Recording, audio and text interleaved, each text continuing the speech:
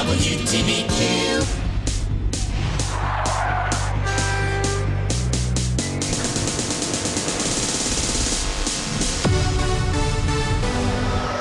Good afternoon, Tony Abbatine, your host of Game On, the only sports talk radio in the country.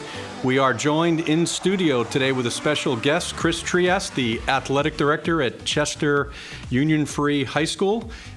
Chris will be talking on a multitude of issues. He's going to save the day.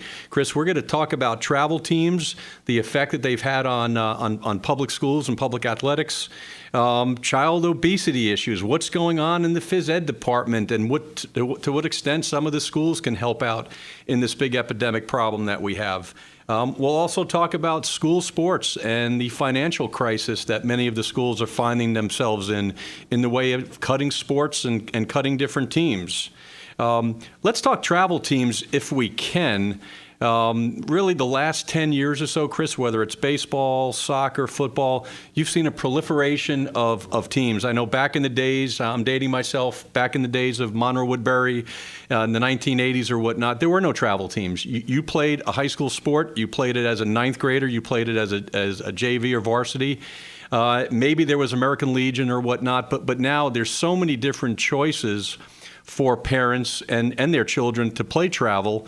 As a parent, not even getting into you as an athletic director, as an assistant principal, as a teacher, as a tennis coach, what are you seeing as a parent in what I call travel ball mania? Well, firstly, thank you, Tony, for having me on. I'm a big admirer of you and what you've been doing at Frozen Ropes and here on this radio show. So it's a pleasure for me to be here. Travel teams, good question. In my role as a parent, certainly I'm very well aware of the travel teams and how they've expanded through the recent years.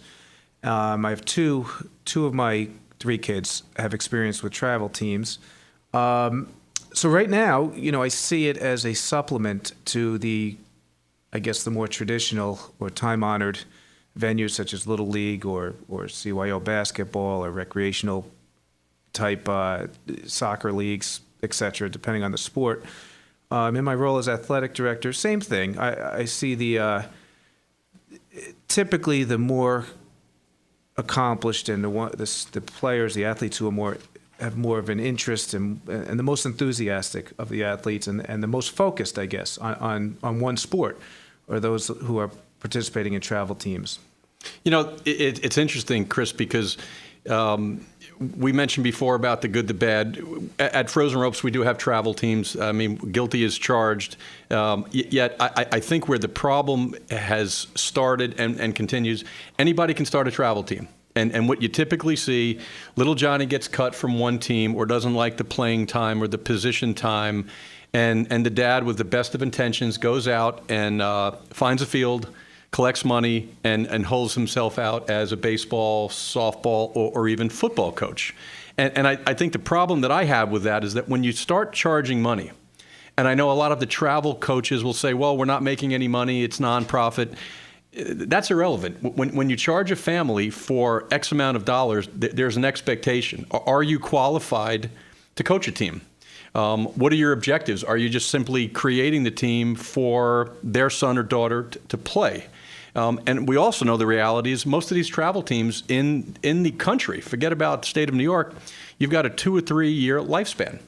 That as soon as that dad realizes that he is over his skis to an extent in coaching, he's not going to coach anymore. Or his son decides he doesn't want to play softball or baseball anymore, they don't play anymore.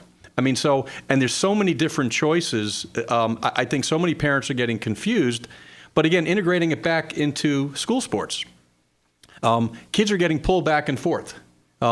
You're right. The better players are finding travel programs, but particularly in baseball and softball, where it's almost a 12-month out of the year commitment to the extent that player wants to go on after high school and play.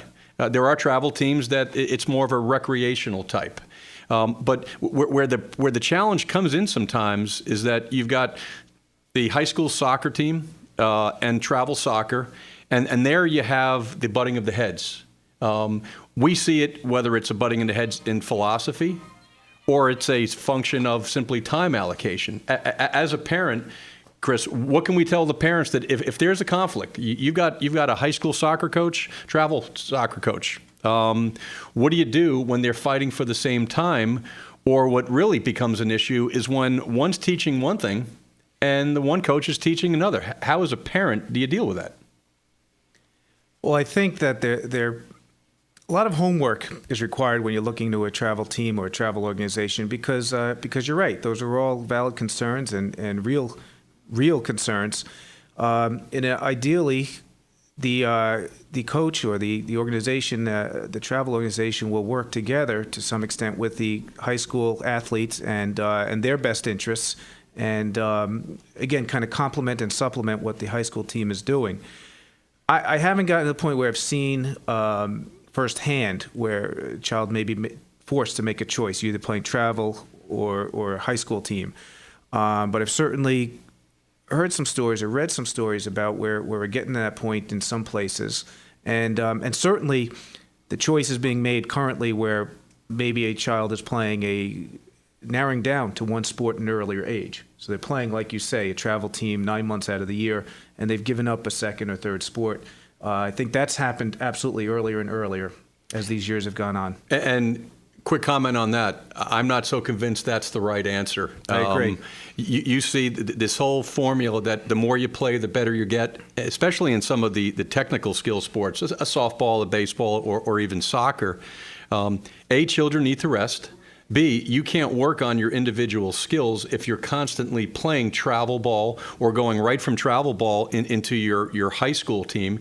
There needs to be some rest time. And I think you're right. You're seeing 9, 10, 11-year-olds being told, only play baseball.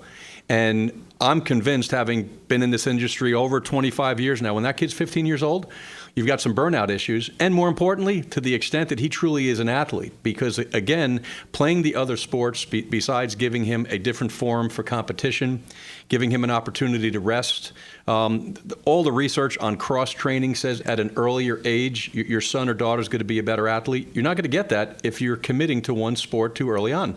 Absolutely. You I guess you make the argument, or the case could be made, that your sport-specific skills may improve, but you risk injuries related to overuse. You risk the burnout issues, and there are absolutely a multitude of sports and activities where you could develop hand-eye coordination, foot-eye coordination, movement skills, agility, and strength, various strength development, skill development, that cross training, as you're saying. I think, and we'll move on to another topic, Chris. But I think the one piece of advice we can give the parents, if you feel that there's a conflict, whether conflict in time, conflict in philosophy with your travel coach, and the school coach, you need to sit down, and whether it's talking to the coach and obviously doing it in a non-confrontational way, yelling and screaming at any coach in the middle of of an event doesn't make any sense. But don't expect that your ninth or 10th grader to have the confidence and really the confrontation and presentation skills to talk to the coach. If you sense that, make an appointment to go talk to the athletic director, right? Absolutely. You as a capacity of an athletic director, you getting a call like that, I'm sure you would take the call and try to figure out the best way, because at the end of the day, it's all about the student athlete. And so to the extent that both the travel coach and the high school coach's egos have to be calmed down a little bit, certainly from an administrative standpoint, that would certainly be appropriate for you. Yeah, absolutely. And you bring up a related point here, but how do you deal with concerns with athletes and their coaches? And we do encourage the athlete to initially take that first step and to, in a non-confrontational manner and at the right time, to address an issue with a coach respectfully. But absolutely, those young athletes, they're young and they may not be able to do this quite correctly, so a parent may get involved. But again, not at the end of the game, not in the middle of a game, at a time where it's an appointment where they can make with the coach and talk calmly and factually about their concerns. And then if an issue is not resolved at that point, then as an athletic director, that's typically where I would get involved. Chris, is it appropriate at the high school level, let's say JV varsity, you got a parent that's not happy with playing time, right? Let's assume that that the player himself has not said anything. And I'm sure each school district is different depending upon the experience of the coach and whatnot. As an athletic director, do you take that call? I mean, do you allow a parent at the high school level to start complaining about playing time? So first, my initial response to a call like that would be to ask the parent, has your child spoken to the coach about this, about their concern? And that be again, initially what I would do is ask the child to talk to the coach, and not in a way where say, hey, I'm not happy with my playing time, or why am I not playing more? But present it in a way to the coach, Coach, I've been working really hard. I'm trying really hard at practice. But what are the skills? What can I do to help me maybe to get a little bit more playing time? Or what skills can I improve to improve my standing on the team? And that way you'll get feedback. It's less personal, but it's more what skills or what strategies or how can I move up the ladder, so to speak. And the players acknowledging there may be some things they have to improve on. But one of the problems with playing time, the potential for issues to arise will be reduced if the coach initially in the preseason, both in writing and verbally, explains their philosophy of playing time and how maybe people will fit into the big picture and how maybe they can improve on the pecking order. But maybe there's a bias towards seniors or returning players, or maybe there's a certain skill set that the coach is looking for. Maybe it's an approach at practice that a coach is watching very closely. But the more upfront and earlier in the process the coach is about their philosophy, the less likely there are to be problems. I think whether it's at the travel level, Chris, and you're right, or at the high school level, managing expectations and early in the season defining roles.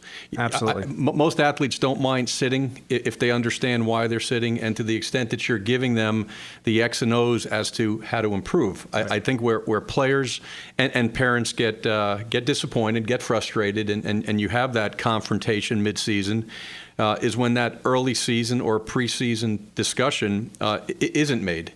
I think they're better coaches, and there's some wonderful high school coaches in the Orange County area that very early on define roles and make it very clear. Right now, you're a backup shortstop, or you know what, you're going to be our backup goalie, and these are the reasons why. And I think once those expectations are discussed rationally early in the season, it becomes a much easier team to manage. Absolutely. And as a way, there may be very specific things the coach can explain. If this situation comes about, this is an opportunity that you may have to play a little bit more. Or if you improve in areas A, B, and C, there may be more opportunity for you as we go along. Or when this student graduates, we're going to have an opening, and you'll be right there with a good chance to fill that void that we're going to need to fill.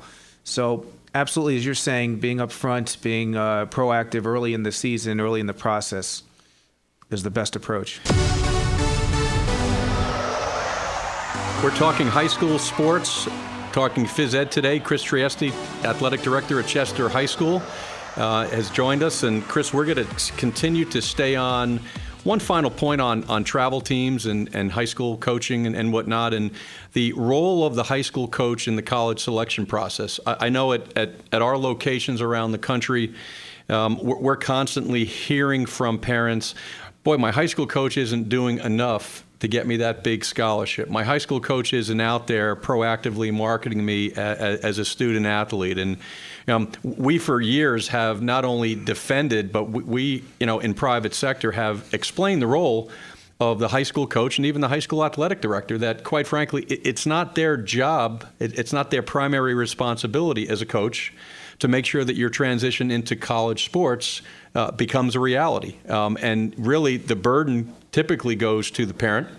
Whether it's the thousands of different college recruiting programs that go on there and that can be purchased or whatnot. But at the end of the day, and I'd like to get your feedback on it, what can or should not the high school coaches be doing in order to give some of their better players an opportunity to play in college? Tony, I think you're right. The majority of the burden is on the parent.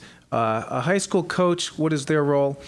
Well, they should provide advice. They should provide practical advice to their athletes, their student athletes, and resources if they have connections or avenues to explore for potential college athletes. They should certainly provide those resources and provide that information to their student athletes. Parents do have to, I think you could speak to this too, be realistic. College scholarships are not, sometimes I guess they're few and far between typically. Not everyone's getting a scholarship. Not everyone's playing at college athletics. But a college coach should have a conversation with the child and with their parents about realistically where they may fit in the college landscape. But, like a strong student, really the parent does have to take the ball and run with it. And they have to explore different options and look for different scholarships and do research on the internet and visit schools and reach out to the coach and provide video and go on the website and provide their contact information and again and again and again and be proactive. And once the college coaches have that name, they can do some work on their own. But a lot of people are competing for, I guess, not a lot of positions when you look at it mathematically at the college level.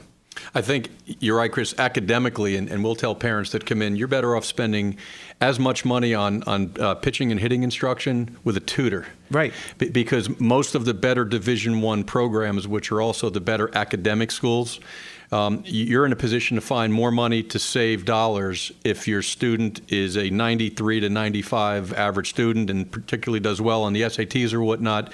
To think that just simply athletics alone is enough, particularly in some of the smaller sports, baseball, softball, soccer, lacrosse, the non-revenue producing sports at college athletics, you are not fully funded. By that I mean the amount of dollars that they have to procure athletes is a fraction of what basketball certainly and football college programs have. So I think you're right. A reality check on what exactly is available. And the same thing we'll tell high school coaches who might not know the difference between Division I, II, and III. I think sometimes we get frustrated with whether it's a travel coach or a high school coach, well, you can't play college baseball or softball. And that's not true because you've got a Division I athlete, a Division II athlete. You're an athletic director at Chester High School. You probably don't have a lot of Division I baseball or football players coming out of there. But you know what? At the end of the day, if someone wants to continue to play sports, there's a Division III or Division II program out there. We've had, this is only my second year at Chester, but we had students graduate last year who are playing Division III and Division II athletics. And on top of that, there are other avenues as well. So it's Division I, II, and III. There are junior colleges. There are prep schools as well, where a student may go for a year as they mature academically and physically, and maybe more doors will open after that year. But the family has got to make a decision. How important is this? Because on the other hand, there are people who could probably play college athletics, but then they see the bigger picture or maybe the long-term. Long-term, they're looking at what do I really want to do or what am I really capable of, and they go to a school maybe that they can't play at, and that's okay, and they make that decision. I'll give you another example. I coached college tennis at Mount St. Mary College, Division III college here in Newburgh, New York, and we had decent high school players, high school tennis players. And if you would have approached them maybe in high school and say, can you play college tennis? Well, again, like you alluded to, well, where? Ohio State or Michigan? No. But there are many different levels and many different possibilities. So, yeah, coaches may need some education as well as parents and students. It's not all what they see on NBC on the weekend. And I know certainly with all of the different showcases and combines and whatnot, a good opportunity for a parent and even a high school coach to see and assess the level of talent. Get outside of Chester, New York or Warwick, New York, and have your players go to a showcase or go to a tournament where they're going to be on a soccer, baseball, or softball field with hundreds of other boys and girls from all over the country.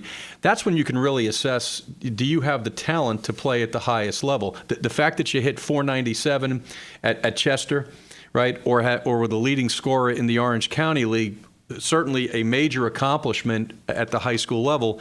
That doesn't necessarily mean that you're going to be able to have that level of success at any college. So I think for the parents that assuming that their children want to play outside of high school, get outside your comfort zone a little bit and go to different parts of the country, find out where these different tournaments, showcases, and camps are, where you can get a real sense as to how good your child is, and at the same time, your child himself or herself can realize, I'm a really good player in a small town, and be realistic about their college choices.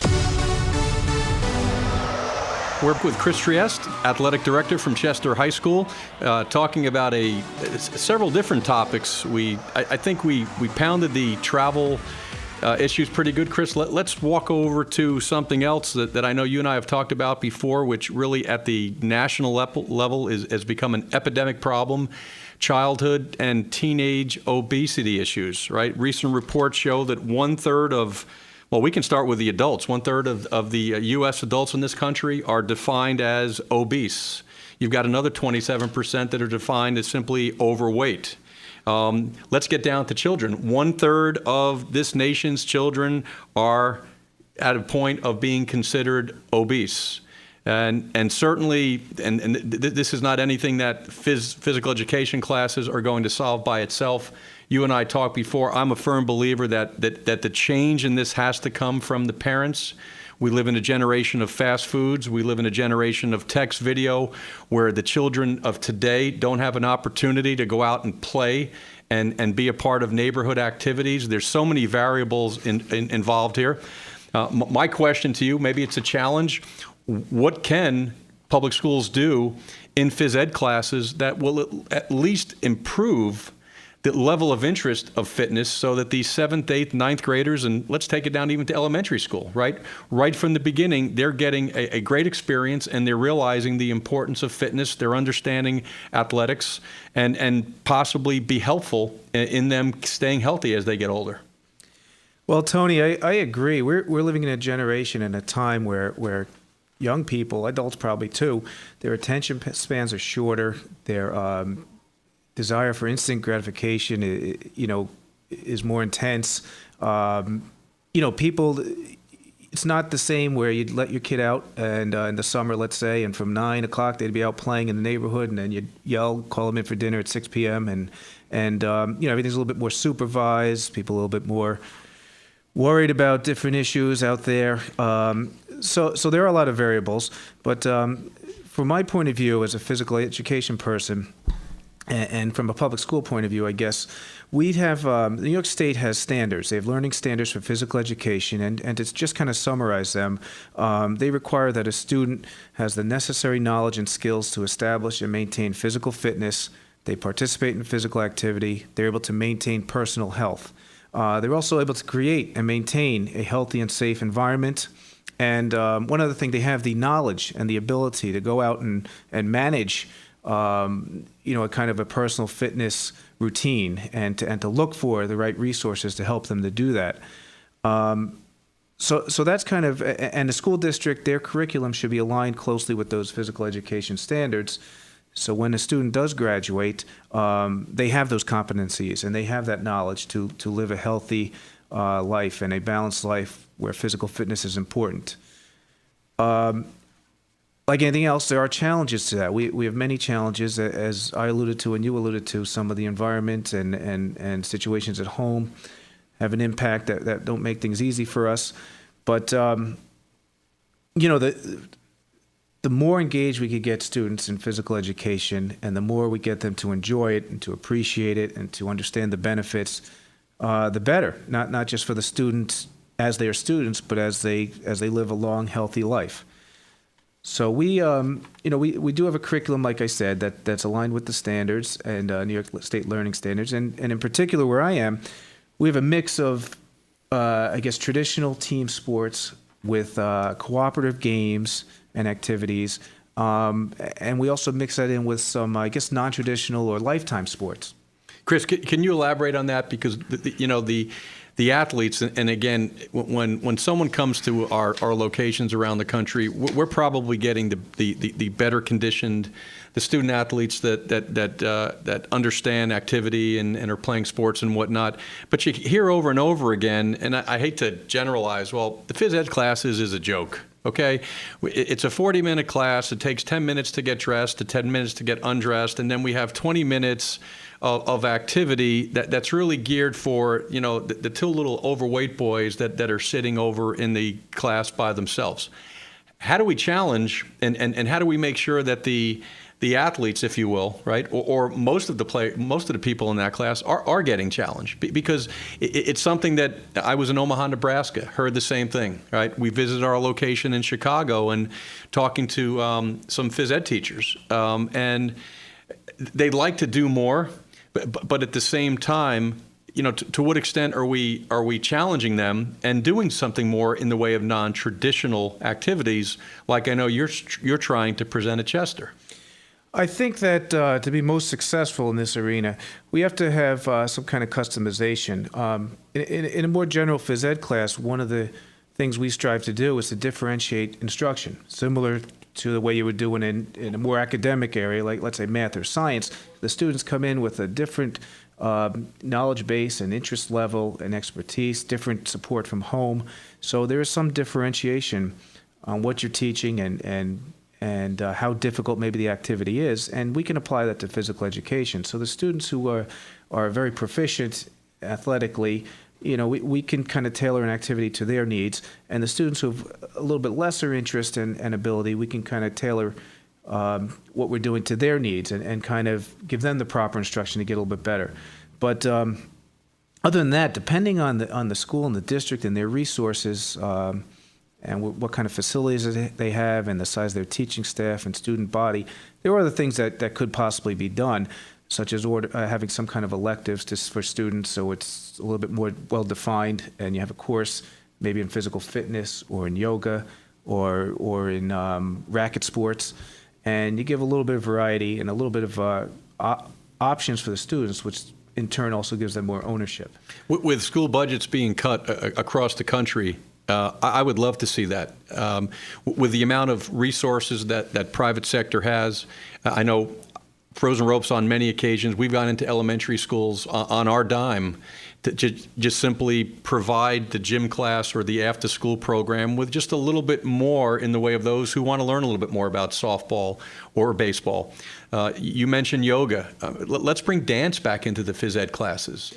Mixed martial arts. I'm sure in the age that we need the community and the public schools to work together, if a school district today said, you know what, we want a list of all of these competent private teachers to come in and be a guest teacher in phys ed or offer these electives. In my opinion, I think it would be so well received that the children that really want something else other than the more traditional, it would make sense. From a school budget standpoint, you'd have volunteers, so it's not costing the school anymore. And like you said, at the same time, you're getting these kids to be challenged and channeling them into activities that hopefully even after high school they can participate in.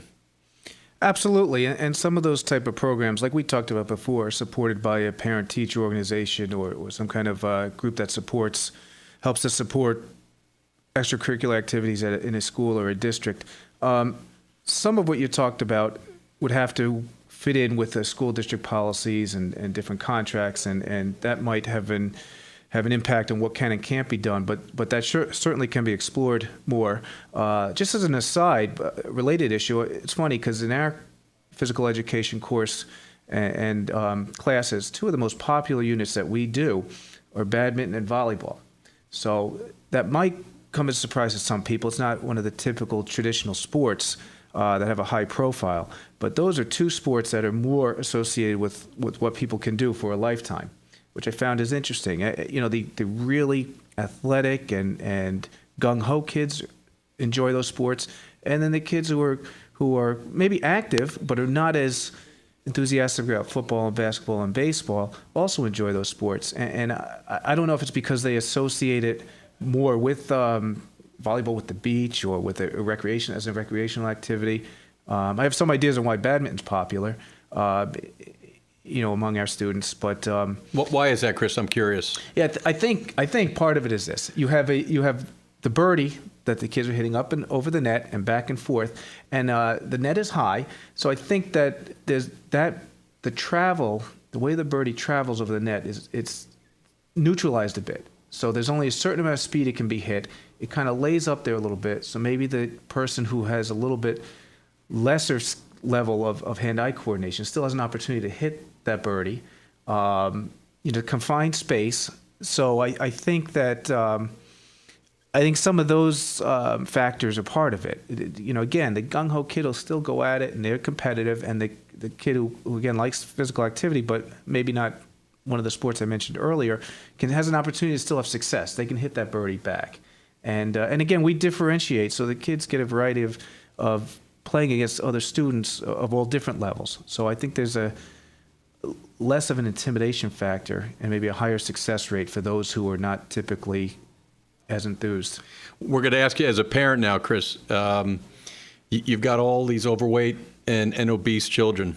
And I've said before, and I'll continue to maintain, that in order for those numbers that we talked about earlier in the show to come down, 1/3 of the children in this country fighting obesity and overweight issues, as a parent, what can you do? What do you do, quite frankly, with you've got some boys that are in that, I call it the transitional years from 9 to 12. As a parent, what advice can you give as an administrator and as a parent in making sure that healthy choices continue to be given to these children? Yeah, I have two boys and a daughter, and they were all involved in sports. And I think that we set an example, I think. So if as a parent you can set an example and be active and reduce the amount of time you're sitting on the couch or watching TV or doing these more sedentary activities, the better. And it doesn't have to be a traditional sport. It could be going for a bike ride or going for a long walk. And finding something that suits your child's interests and ability level. Give them a variety of activities, variety of opportunities to explore, and then kind of allow them the opportunity to find what they will succeed at or can succeed at, and it matches their personality and their skills and their interests. Maybe socially they fit in a certain sport or activity as well, and those will all help to lead to success. Just one thing we are doing in the school I work at, part of our curriculum and part of the students' grade, they have what we call the Fitness Challenge Worksheet. And on that list is about 20 different, probably more than that, activities. And the students are required to log in that they're physically active 3 times a week. It's signed off by a parent. And it could be things like walking on a trail or going bowling or going hiking. So those are ways, both professionally and personally, I think I've been involved with increasing physical fitness of our youth. Parents working together with the schools, that's really the only combination. Before we forget, we have Howard Johnson, the New York Met all-time third base home run leader, will be joining us live in studio next week. Hojo will be in town celebrating our grand opening, or I should say our grand reopening at the Rock Sports Park in Chester, New York. We also have to give thanks to our friends of AAU Baseball. Without their passion and sponsorship, Game On would not be on for an extended period of time. We're still here with Chris Trieste, the athletic director from Chester High School. Chris, we probably have maybe 3 or 4 different topics, but the one in particular I know you and I have talked about before, I'll give it to you as a hypothetical. I would like to coach high school baseball one day again. Many years ago, back in the 80s, when I was the varsity baseball coach at Scarsdale High School, I remember the uproar when at that time I was a 27-year-old law student, and I said, hey, I want to go and I want to coach high school baseball. And the athletic director said, well, you got a problem. You're not a teacher. I was, I guess, lucky enough because at the time no one else wanted to coach the team. We hear this a lot at times around the country. If you have someone in private sector that is qualified, that has the time, and in some situations might actually save the school district dollars because he or she is willing to do it for less. What are some of the issues that are going on, and is it even possible for a private non-teaching coach to coach in public schools in New York? Very good questions, Tony. I think that, well, I'll read from the document I have here that states that I guess it's outside or non-teachers, may only be appointed if there are no certified teachers available with experience and qualifications to coach the sport. Now, it doesn't quite explain or define what qualifications mean or what specific experience they're looking for. But that is the process in New York State, and I guess it does vary from state to state. But there are several concerns and I guess discussion points with this. I know at Chester we have successful examples of all three. We have teachers who work in the district who we're very happy with and do a good job. Teachers who are from another district as their full-time teaching position, but coach for us and are doing a wonderful job. And we have, I guess, what you call walk-ons or people who are not professional educators but are coaching and are doing a very nice job too. So it does depend on the circumstance, but there is a process we do have to follow. And if a teacher is certified and has a background in that sport, then I know they're going to get preference. I mean, we could talk about different extreme examples. But I think that's Chris, where I think parents at times kind of question, let's define experience and qualification, because you're right, the New York State education laws that we're both looking at, how would you even start to define experience or qualifications? Does that social studies teacher who played Little League Baseball or went to Game 7 of the 1986 World Series and watched the game thoroughly, does that give her the experience to coach or the qualifications to do it? I think that's where, again, you know, the parents that are paying big dollars for school property taxes around the country, when asked about that, well, you know, it's a teacher. And we understand that teachers, because of their profession, are better communicators. They're around children all the time. We get that. I'm very blessed at Warwick High School, where the teachers that are coaching do an outstanding job. But I hear it from other parts of the county and other parts of the country that just simply for that $4,000 or $5,000, right, this unqualified, lack of experience teacher has taken a position where you've had 4 or 5 other people in private sector that were more qualified, had more experience, and didn't even get an interview. Yeah, it's a good topic, and I don't think we're going to solve this. But yeah, and I guess a broader question: what do you want from your coach? So what are the expectations of your coach, or what kind of philosophy do you have when you're going to hire a coach? Because depending on the answer to that, and let's put this aside, the New York State process, but you might get a different answer. Let's just say this wasn't an issue or it wasn't stated this way in New York State. You'd still have to answer that, and I don't know. It could be the person who's played at a professional level, but you could also make the case it could be somebody who played at the youth level and has some coursework in child development and child psychology and is a master at preparing lessons and practices and so I don't know. I don't know. And again, is it a high profile team that the expectation is to compete for the state championship year after year? Is that the goal, or is it a goal to put a competitive team out and some other life lessons take precedent maybe over winning? I don't know. Those are all kind of questions that are maybe answered in a more broader philosophy of the program or of the school district. Is that something that each school district, that becomes their policy? You mentioned winning. If winning is important, then that becomes the bigger criteria. And to that extent, maybe having someone in private sector who has more qualifications, who coached in the NFL or played at Division I college, therein is an exception. Is it each school kind of looks at it on a different policy, Chris? You know, I don't know if I could quite answer that, but I do know that districts may have, they're all obligated to follow this document that we've both cited, but they may have different language in their individual teacher contracts that may clarify it even more. I don't know. You know, again, on a broader view, and we've talked about this before, Tony, we've met high school teachers and no high school teachers who coach and are very good, very capable, wonderful with the kids, know their sport, and conversely, we know of people who just are not good and are certified teachers. We also met people from the travel team world or maybe ex-professional athletes, I imagine, or college players, again, who are wonderful with kids and can do this job and would be appropriate as a high school coach. But we also know people who can't, who just maybe they can only talk to people who are at a certain ability level, or maybe, again, maybe they know everything about a basketball zone defense, but they can't communicate with kids, or they can't organize a structured practice in a logical way. Now, as an athletic director, how do you regulate that? You hire the teacher. Obviously, the phys ed teachers, as per New York State law, they get a pass. They're qualified in and of itself to coach any of the secondary sports. But what is the ongoing, I'll call it quality control?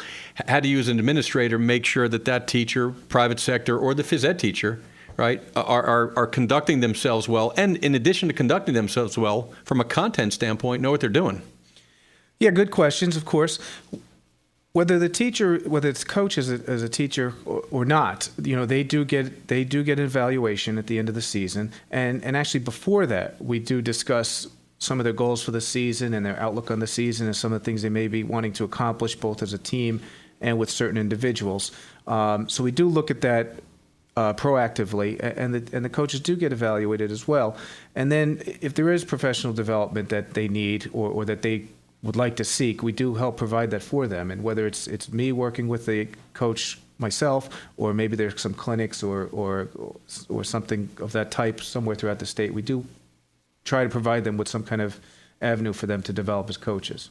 Chris, I have to ask you, in looking at your resume, which certainly is impressive, and I know we made reference to it before, from athletic director to coach to administrator to teacher to all-world dad, probably a great husband too.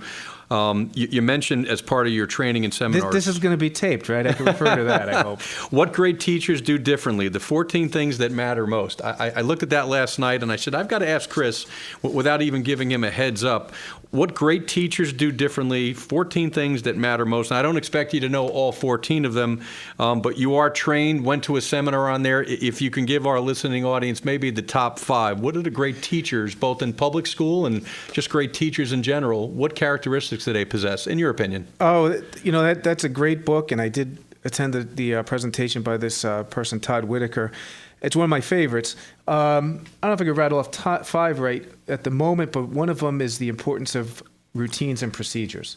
So the best teachers, as well as the best coaches, have routines and procedures in place so that there's less downtime, less time for mischief, less time for aggravation. So in other words, when the athletes come into class or in an athletic setting, approach the field, do they know, is a procedure established for where they put their backpacks down or their equipment, or do they get changed and there's an expectation they're changed and in their athletic clothes within 5 minutes? Are there procedures established for when a kid needs to take a break? If they're tired, do they need a drink? If they have a question, some of those, in the classroom, it's what if the kid needs to sharpen a pencil? Do they have to raise their hand every time? Can they just go? Are there extra pencils? But you could apply that to the athletic setting as well. What if they forgot a piece of equipment? Is there a way for them to remedy that situation without disrupting the whole practice? That's one of them. Another one is we're famous for doing this. I'll give you an example. And I was an assistant principal before as an athletic director. If, let's say a teacher, the grades are due on a certain date, and 1 or 2 of them forgot to, or whatever, did not turn them in by that deadline. So what we typically do is we send a broadcast email to all the teachers. Please remember that on Friday, November 4th, your grades were due. Please turn them in as soon as you can. So now what does that do? The teachers that have handed them in, you're going to have a couple that are really all wired and worried and say, oh my gosh, did I hand them in? And they're going to turn them in again. Or they're going to think you're talking to them. And what you also do is you take off the hook the 2 who did not hand their grades in on time, because since you broadcast to everybody, they must think that half the people didn't do this. So it's the same thing. I had an experience with coaches too, and similar. If there was something that's required from all of them, and 12 of the 14 have done this, then just approach the 2 politely and professionally about getting whatever paperwork they need to get in. Because now they'll typically be apologetic and they'll hurry up and get it to you efficiently if they could. But you haven't given this perception by broadcasting to everybody that half the people, most people haven't done this. Plus, you risk the reaction from from the coach who has handed this paperwork in or the teacher, gee, what's he bothering me for? I handed it in 3 days ago. Chris, I'll give you one of our characteristics of a great teacher. And I know in the frozen ropes world, we live and die by acronyms. I know you certainly know who Louie is. I think it was when John Tomini from the Chicago White Sox was on, we talked about Louie.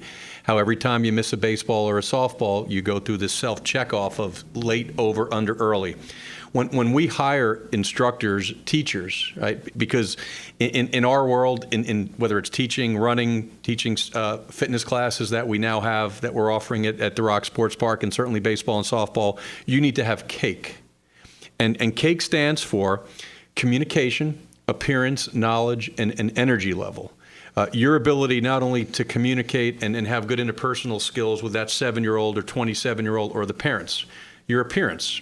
There's something very magical about having your shirt tucked in, having your facial hair limited or having nothing, looking the part. We're not big fans of hiring fat people. I know I might get in trouble for discriminating against fat people, but fat people just shouldn't be around young people, in my opinion. The K in CAKE is just knowledge, right? Do you know what you're talking about? Are you updated? Do you have the most recent information to be able to convey that particular sport? And the last one, which I think, quite frankly, might be the biggest one, do you have energy, right? Are you someone that young children want to be around, right? Is your love and passion for the sport and your passion to teach, is it obvious in your interaction skills? I mean, so we'll sometimes look at a resume of someone who's played college baseball or college softball, and if they don't have CAKE, which we think is really the beginning of great teaching skills, we're probably not going to hire them. Very, very good. I would agree with every single initial there you have in that acronym. Another thing that great teachers and great coaches do is they coach and teach at the student's level. So, how many times, and you've probably seen it in your world, but maybe not, because it sounds like you're doing a great job with your hiring, but everyone messes up sometimes. Sometimes too many assumptions are being made. So, a double cut in baseball. Well, language is sometimes thrown out there with the assumption everybody knows. But not everyone has that same background. Every student or athlete has the same background in years past. So you got to be aware of that and coach and teach at the level of the people you're speaking to. I think one of the definition, in my opinion, the master teacher uses verbal commands, right? Can understand and convey the kinetics, the touching and feeling of a sport, and really understand the mindset of the student, and knowing that sometimes the timing and the tone of what you say to young children, young athletes, is crucial. The timing and the tone, absolutely. And also, another thing, when you're addressing issues, address the problem or address the issue. Don't make it personal. That's another thing. Chris, it looks like we're getting close to running out of time. I can't thank you enough for spending an hour talking about some real issues in travel, adolescent obesity issues, and certainly the public schools, and how public schools and private sector hopefully will continue to work together. Teaching is a passion. I've never been a teacher, but for me, the last 20 years, teaching baseball, softball, and now my job really teaching the teachers of others. You are a teacher in a different setting. I'll take that as a compliment. Absolutely. Then. We will have, we mentioned before, we will have Howard Johnson, New York Met All-Star, with us next week in studio. You can have any questions during the week. You can bring them to frozenropes.com or WTBQ, and Hojo will be here to talk about all the problems in hitting and how you as a parent can hopefully find the next or develop the next David Wright in your backyard. On behalf of Chris Trieste and Tony Abbatine from Game On, we'll see you soon.